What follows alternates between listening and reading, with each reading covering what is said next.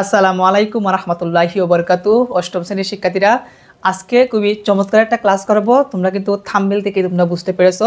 শিক্ষার্থীরা, আজকে আমরা ম্যাজিক বর্গ গঠন শিখব। তোমাদের বইয়ের মধ্যে কিন্তু 3 ক্রমের ম্যাজিক বর্গ এবং 4 ক্রমের ম্যাজিক বর্গ এগুলো আছে। তো 5 ক্রমের ম্যাজিক বর্গ কিন্তু আছে। এইগুলো আমরা প্রত্যেকটা আজকে ডিটেলসে কিন্তু আজকে আমরা আলোচনা করব।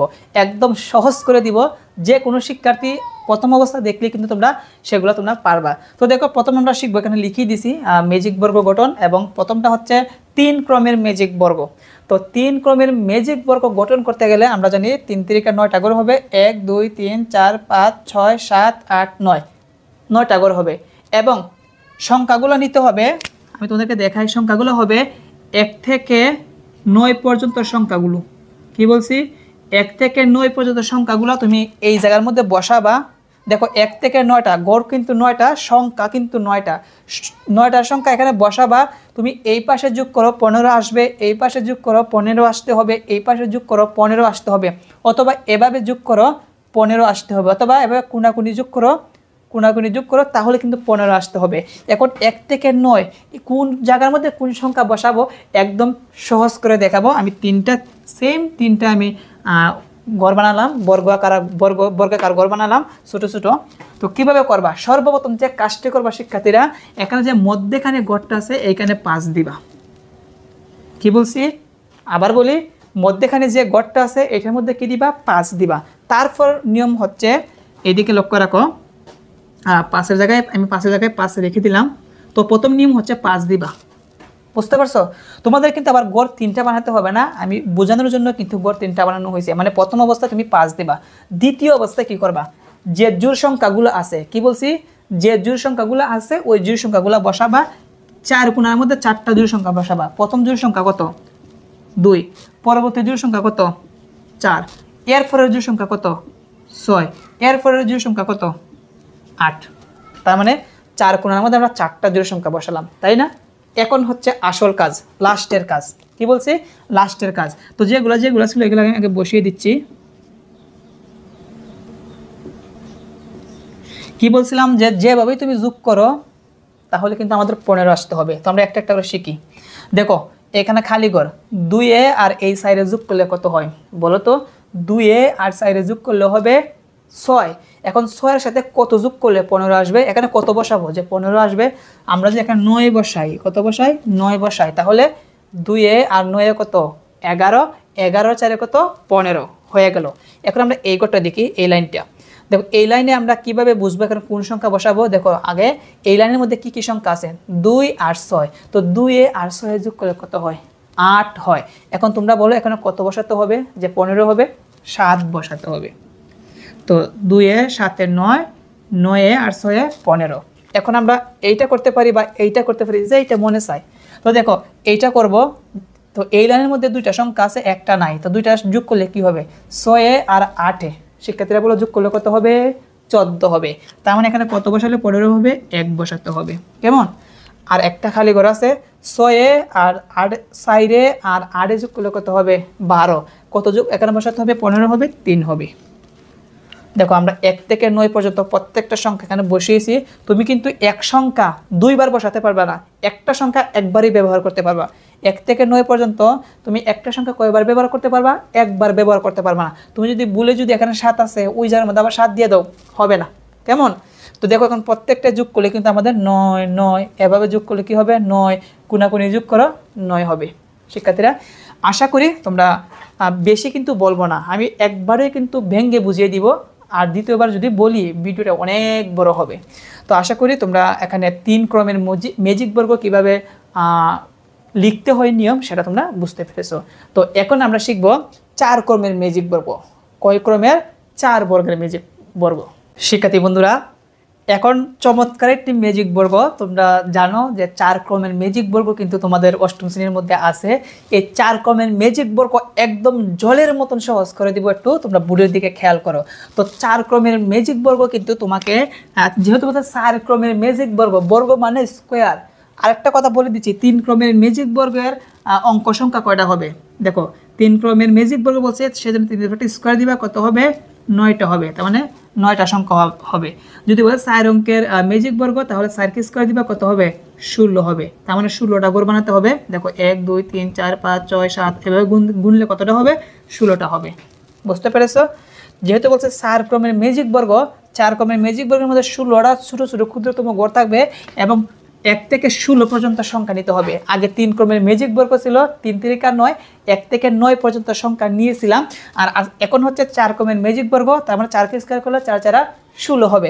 তার মানে 1 থেকে 16 পর্যন্ত সংখ্যাগুলো তুমি নিয়ে ম্যাজিক বর্গ সাজাবা, এমনভাবে সাজাবা যেন উভয় পাশে যেভাবে তুমি 4টাকে তুমি যোগ করো এভাবে বা কোনাকুনি যোগ করো বা এই পাশে এই পাশে এই পাশে যোগ করো, ফলাফল যেন 34 আসে।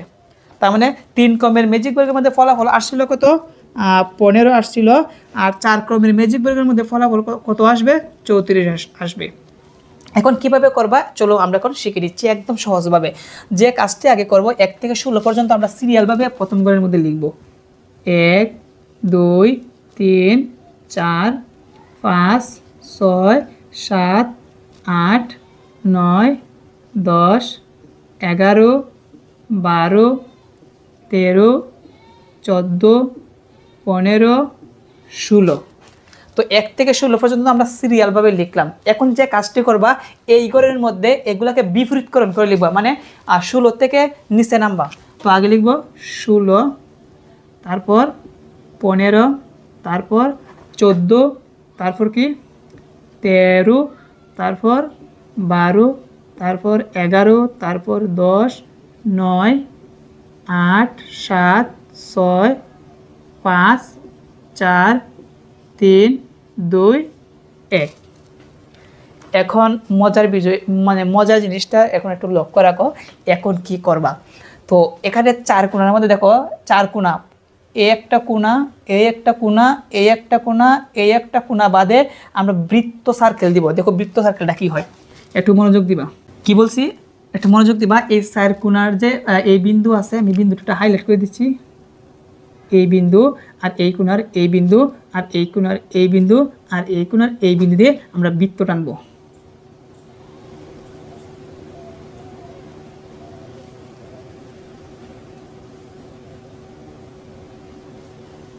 এই যে আমরা বৃত্ত দিলাম। বৃত্তটা কিন্তু ভালোভাবে হয় না, একটু গোল করে দিবা। তো বৃত্ত দেওয়ার পর যে বৃত্তর যে দাগটা যে যে জায়গার মধ্যে গেছে ওই জায়গার মধ্যে সংখ্যাগুলো একটু মনে রাখবা। তারপর আবার আমরা এই কোণার এই এটা একটা হচ্ছে বিন্দু, এই কোণার এই একটা বিন্দু, এই কোণার এই বিন্দু, এই কোণার এই বিন্দু। তো বিন্দু বিন্দু আমরা কি করবো একটা বৃত্ত আঁকবো গোল করে।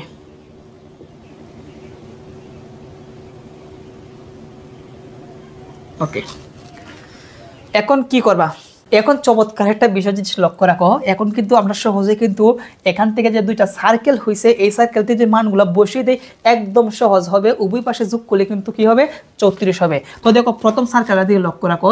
প্রথম সার্কেলের মধ্যে যে আমাদের এই যে সার্কেলের যে গোল দাগটা গিয়েছে ওইগুলো লিখে দিব।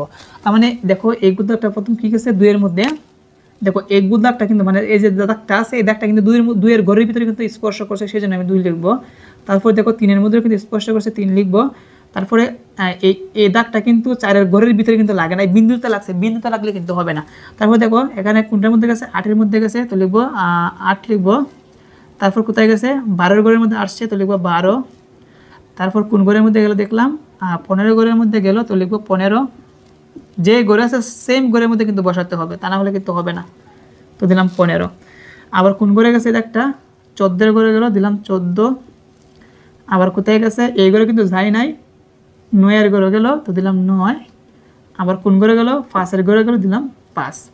তার মানে প্রথম ঘর থেকে যেগুলা যে আমাদের যে বৃত্তটা গিয়েছে যে যে ঘরে স্পর্শ করছে সেই সংখ্যাগুলো আমি বসিয়ে দিলাম। এখন দ্বিতীয় ঘরে আসি। এখন কোন ঘরে বলো তো দ্বিতীয় ঘরে। দ্বিতীয় ঘরে কোনগুলা বসাবো, আমাদের যে সার্কেলটা আছে আমি দেখাচ্ছি, এই যে সার্কেলটা আছে এই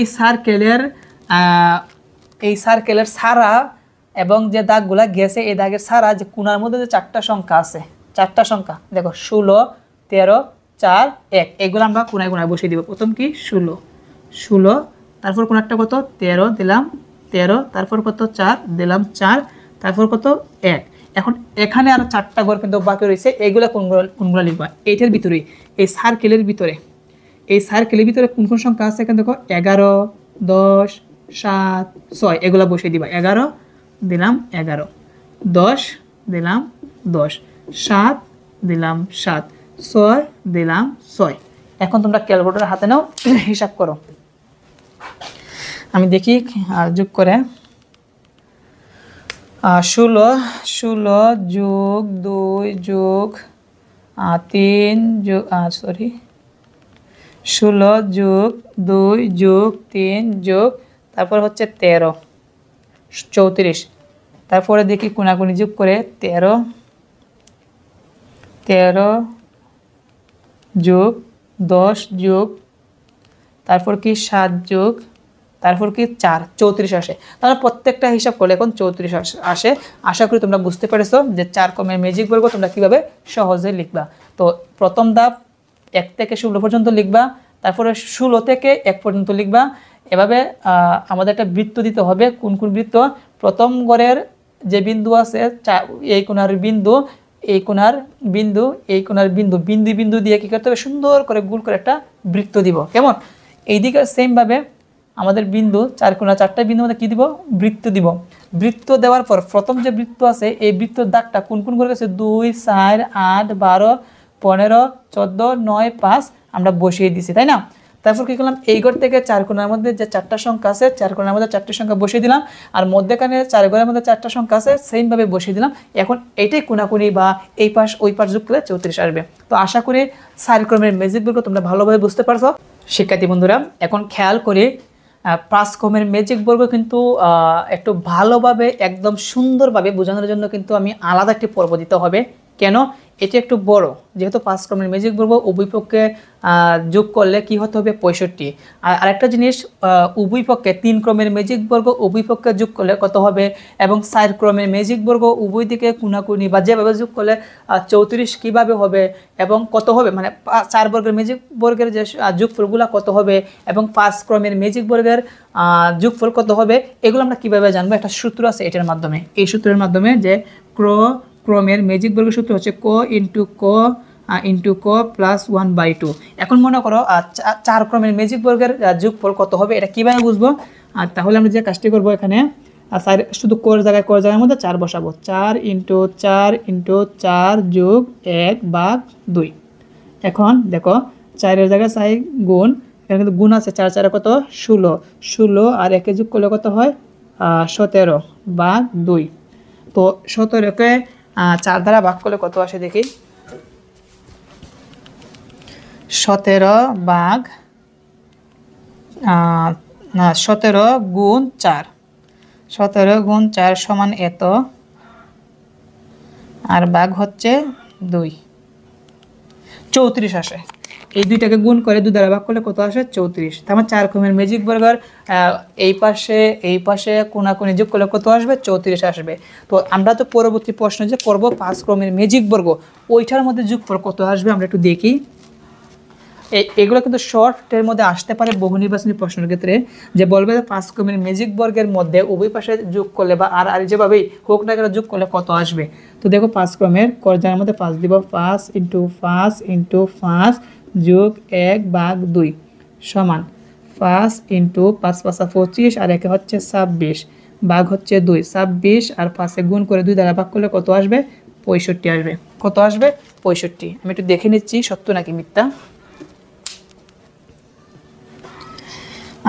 5 গুণ 26 সমান ভাগ হচ্ছে 2, হ্যাঁ 65 আসবে। তো এই সূত্রের মাধ্যমে আমরা জানতে পারবো যে যত ক্রমের ম্যাজিক বর্গ বলা হোক না কেন যোগ করলে কত আসবে সেটা আমরা বলতে পারবো। শিক্ষার্থীরা, আজকে আমরা শিখলাম 3 ক্রমের এবং 4 ক্রমের ম্যাজিক বর্গ কীভাবে তৈরি করতে হয়। পরবর্তী পর্বে তোমাদের 5 ক্রমের ম্যাজিক বর্গ সুন্দরভাবে সমাধান করবো। আজকে এখানে শেষ করলাম। সবাই ভালো থাকবা। আল্লাহ হাফেজ।